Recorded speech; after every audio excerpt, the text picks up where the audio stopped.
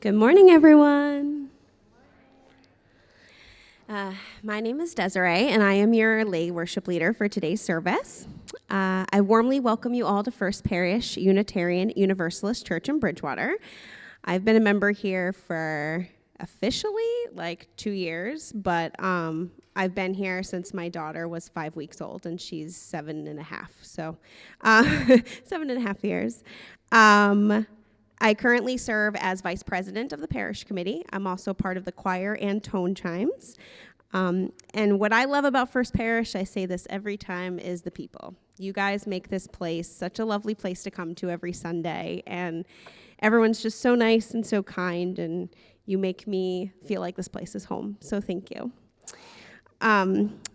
Before we begin our worship, we do have a couple announcements. So the first one, the First Parish Players is hosting a Barrett's Ale House fundraiser. So we did this last year as well. So April 30th, it's a Tuesday, all day at Barrett's. I have like these little tickets. If you present a ticket when you go to eat, 20% of your purchase goes to the First Parish Players.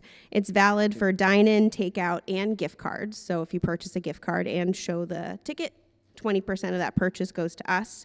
It's the Barrett's Ale House on Route 44, so right over here in Bridgewater. So hopefully, April 30th, you guys might want to go out and have some dinner and support the First Parish Players. And then Jenny wants to let us know where we're at with pledges.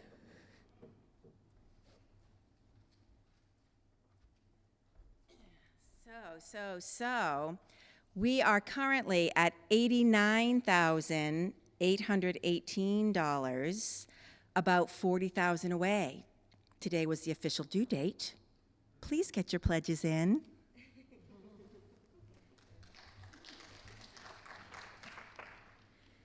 We're so close. Does anyone else have any announcements they didn't tell me about?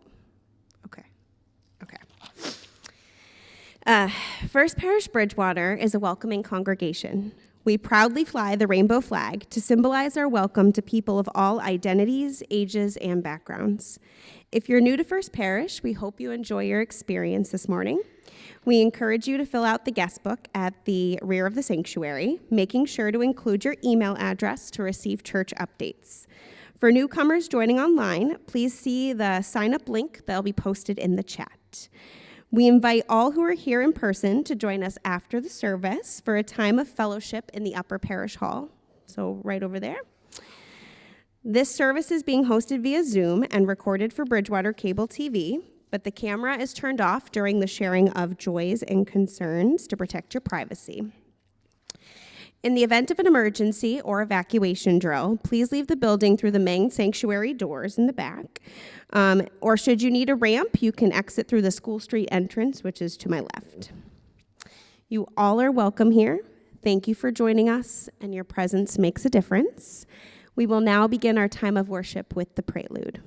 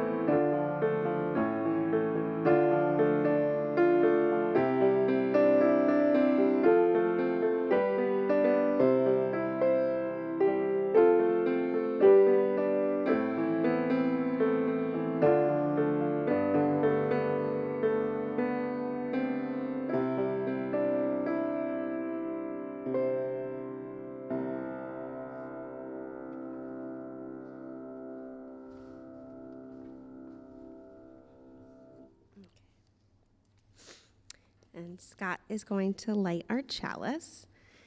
Please join me in reciting our chalice lighting words. We light our chalice to mark this sacred hour as we gather in this beautiful historic sanctuary, both in body and in spirit. We connect to the many generations that have come here to explore the divine. Let us join our hearts and find the holy in our relationship to each other. It is time to share worship together. Please rise in body or spirit and join our voices in the affirmation of our covenant. Love is the spirit of this church, and service its gift. This is our great covenant, to dwell together in peace, to speak the truth in love, and to help one another. This part will be a cappella. Okay. From all that dwell below the skies, let songs of hope and faith arise.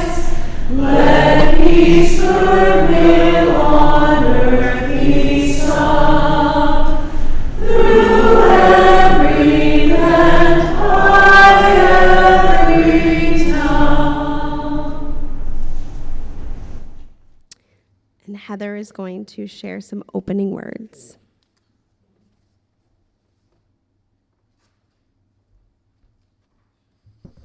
Good morning.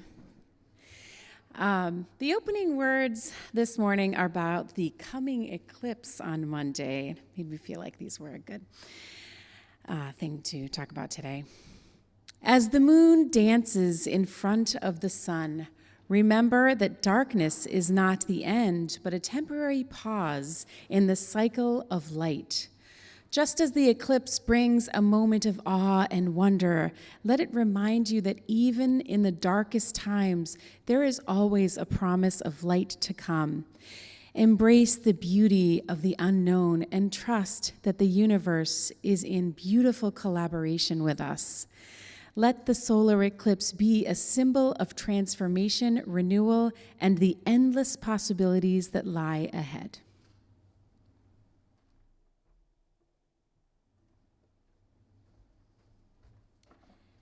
Okay. And everyone, please rise in body or spirit. Join us in our opening hymn, number 121, We Build a Land.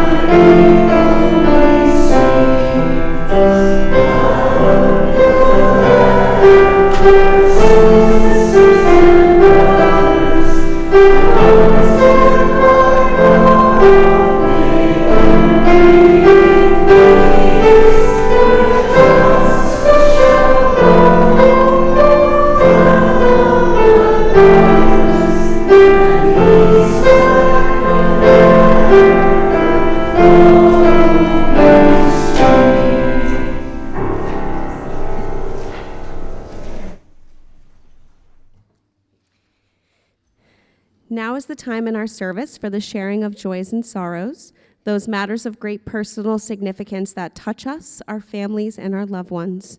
If you have a joy or sorrow, please come to the front and light a candle.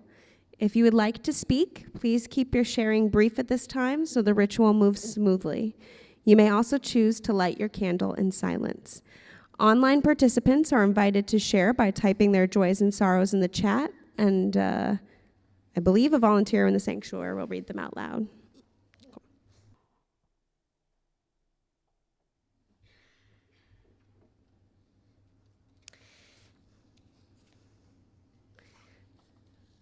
So next we have a musical meditation. You can remain seated, but it's number 360. Here we have gathered food.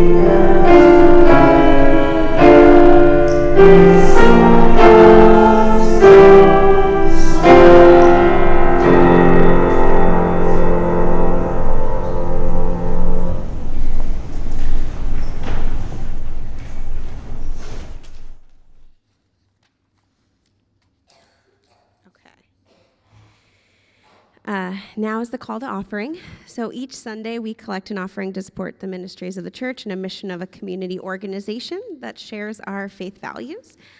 So this month, our collection, it says for April and May, we'll be splitting the plate with Kids to Camp, our environmental justice initiative. This allows deserving children to attend Sheep Pasture Nature Camp, a 154-acre property which provides perfect outdoor lab for learning about the environment and the importance of protecting it.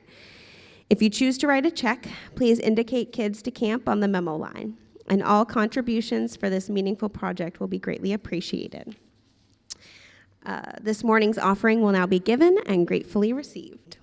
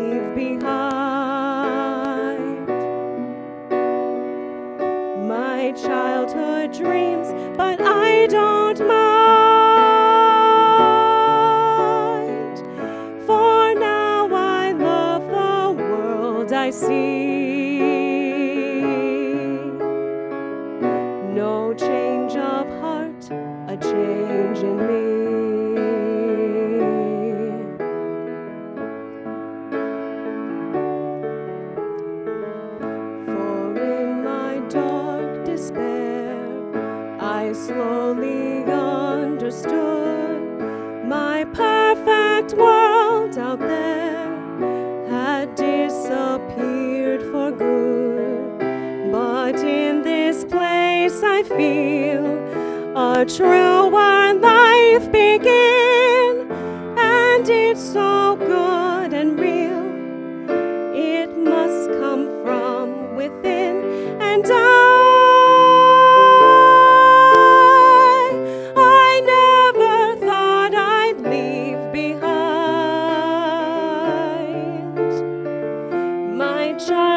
dreams, but I don't mind.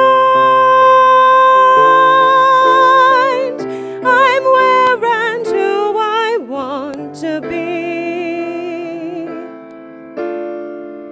No change of heart, a change in me.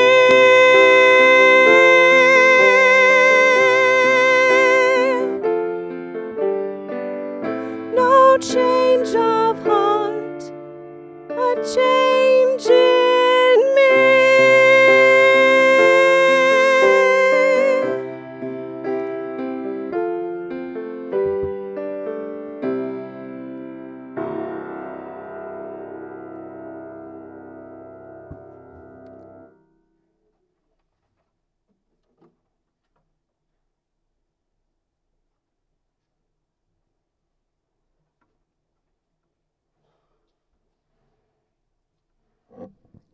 Too much noise. Hey, that's not bad.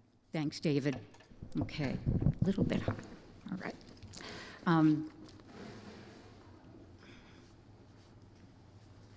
This is a magical place.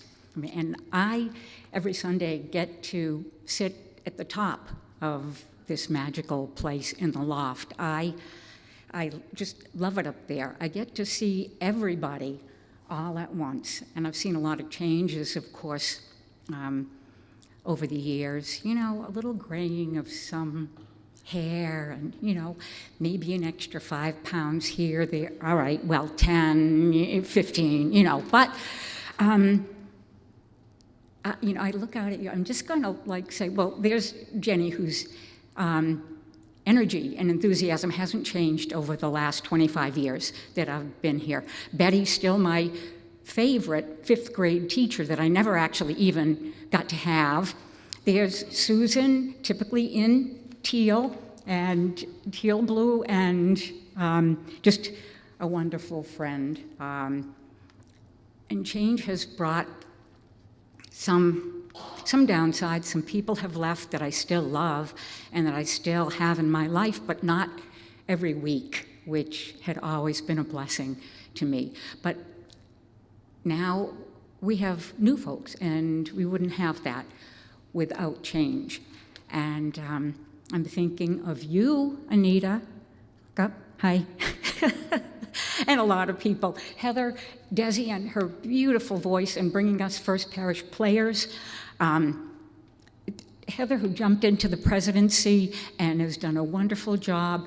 It's just been remarkable over these last 25 years. Luella, they are just like always here and always a wonderful friend. Sam, you're still running, right? After 25 years. This is like, so this is a wonderful place. It's really part of my heart.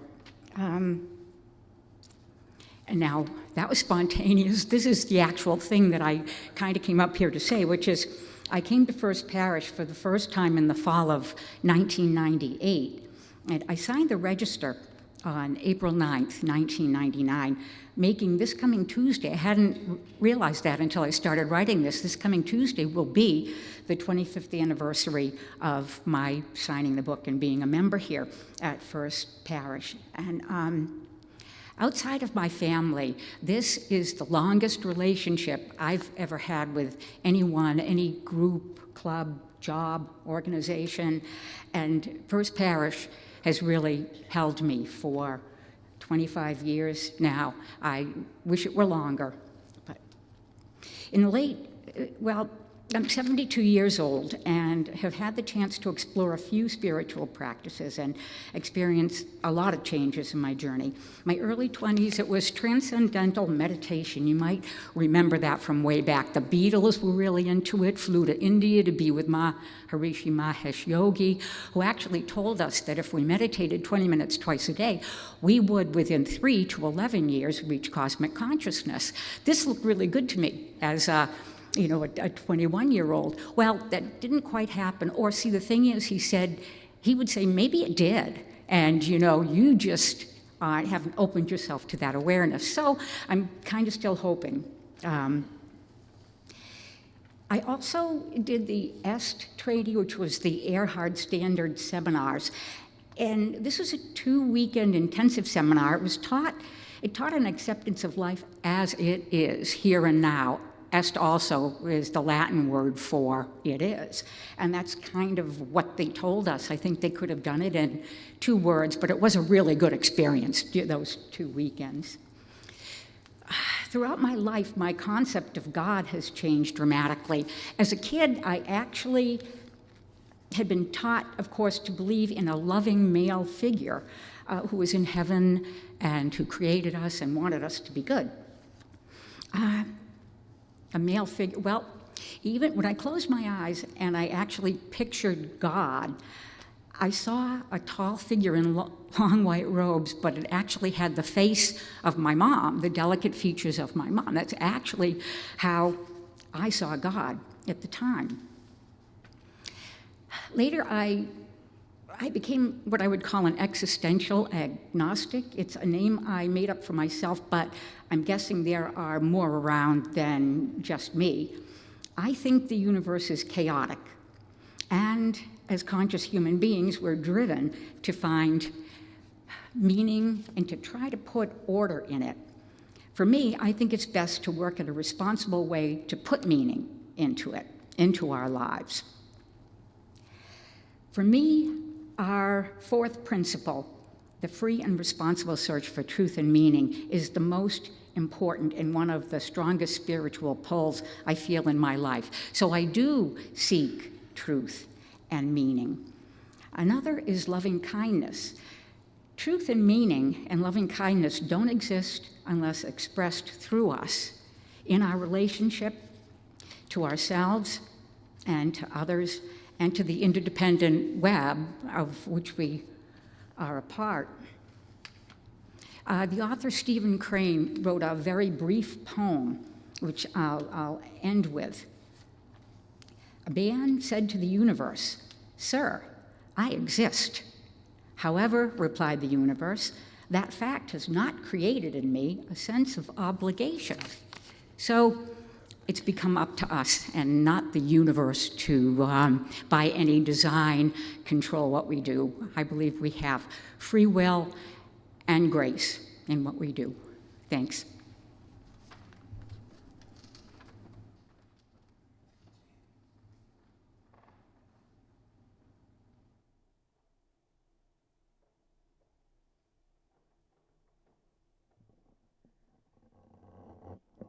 Good morning? No? Good morning. I'm Frank Baxter. As a lot of you know, I've been coming here since 2007, and at that time I was going through a lot of great difficulties and just needed a helping hand to kind of get me out of the muck I was in. I tried a bunch of things, but I had heard about Unitarianism from my brother and decided, well, I'll give this a try. And it was immediately, I felt welcomed. I felt that people here were the right people for me to be around. I felt that, yeah, I can do this. I can go back to going to church on Sundays. And I joined the choir, and I joined the book club and did a little ushering, but didn't really commit myself to any of the major committees or like that. But in 2017, I had a turning point. That was when Tony Winters decided to approach me about being in his theater group. He had started the first Parish Players the year before and was now putting on a production called The Night Thoreau Spent in Jail. He had cast Joe Risco as Thoreau, and Joe told Tony, I bet Frank would be pretty good at this. So the two of them approached me at coffee hour, and rather than shying away, I thought, hey, this sounds like it could be fun. So I did the audition that day, got a part for someone who I found very interesting, Ralph Waldo Emerson. I discovered that I was pretty good at this and that other people thought so too. I learned I had a greater range than I thought, a greater ability. We're now starting my 9th play with First Parish Players, and I've done comedy and drama and musicals. I've sung on stage and danced a little. And people tell me they enjoy my work, and so it makes me feel like I have a gift that I am now sharing with people, as opposed to, as well as the high I get from people telling me they enjoy my work. And it's changed how I see myself. I'm feeling more competent than I used to, more willing to trust my instincts, and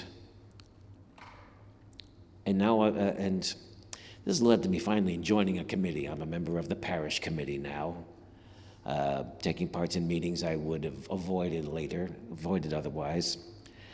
And it's because someone came up to me and said, "Get involved, Frank," and I listened.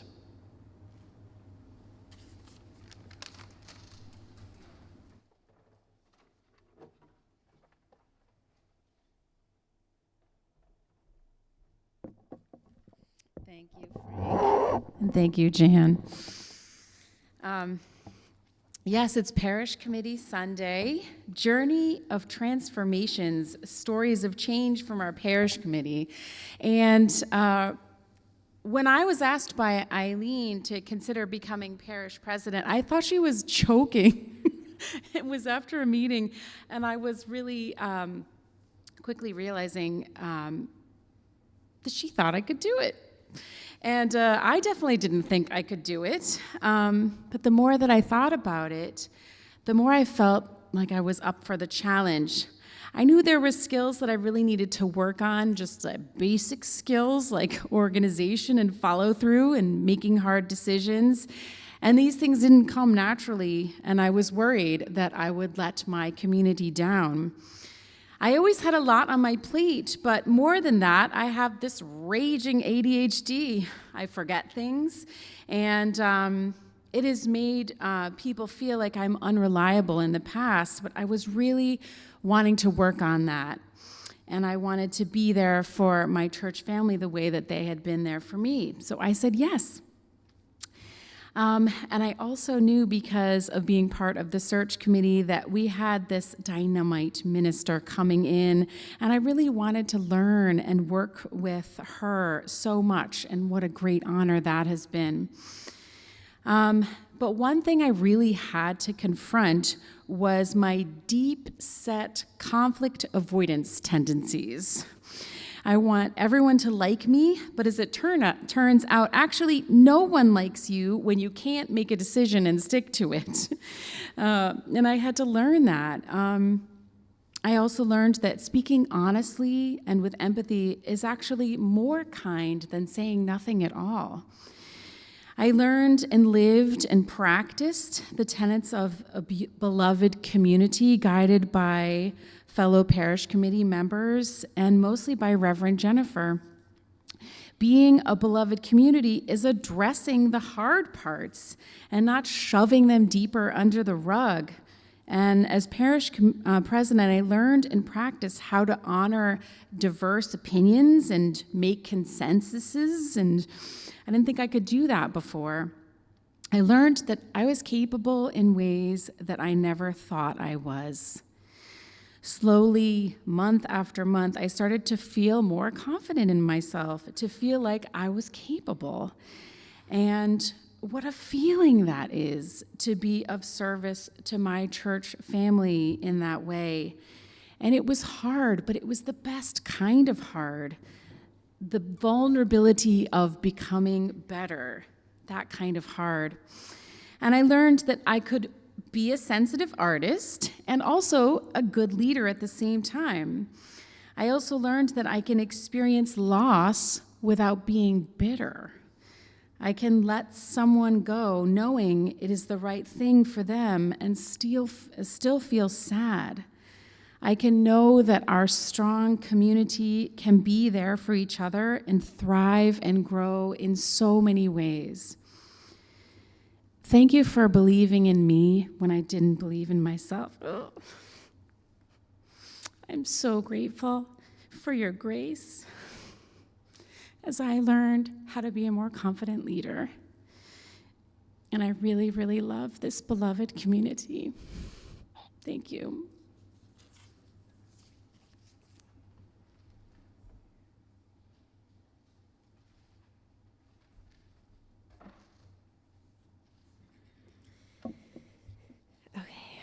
Heather making me cry. Okay. We're going to do our closing hymn, number 188, Come, Come, Wherever You Are. It is a short hymn. We're going to do it 3 times. Okay. Please rise in body and spirit.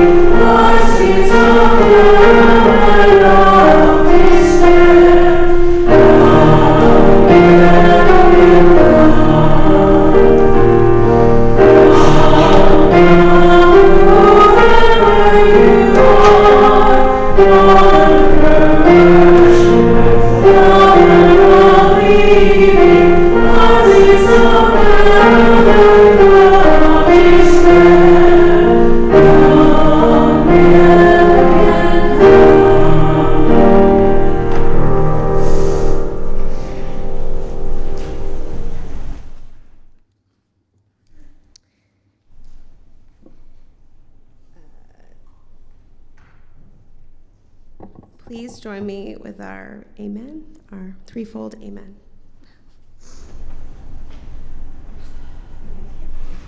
We'll do that. Amen. Amen.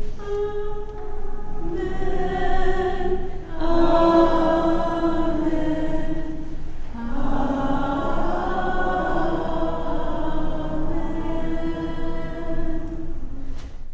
And I'll invite Scott up if he'd like to extinguish the chalice.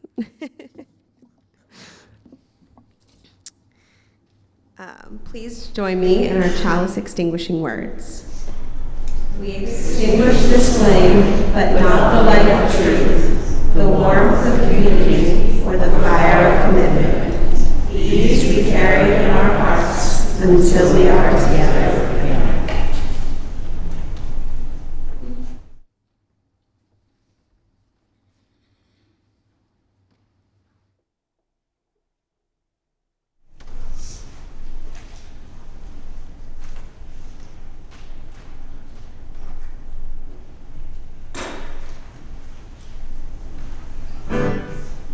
Hear that? Orange.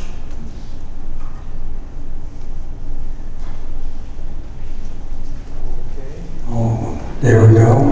It's louder than I am. 1972. A woman who I met through the Unitarian Church through her kids had moved to the Clearwater, Florida area from Kentucky. When you walked into her house at any time, you just relaxed. The way she decorated it, her presence. She was also a phenomenal poet. And she and her husband had 2 teenage kids during the middle of the 60s, one of whom went on to play with famous rock groups like Allman Brothers and Atlanta Rhythm Section. The other became the art director for Boston Phoenix.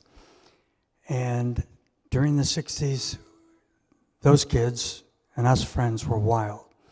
But I sat in her backyard one day with this newly, the guitar was old, but I was older than I am, I think, a little bit, and wrote this tune because of the way you just felt in her house or her backyard. And the tune's called Mabel's Backyard.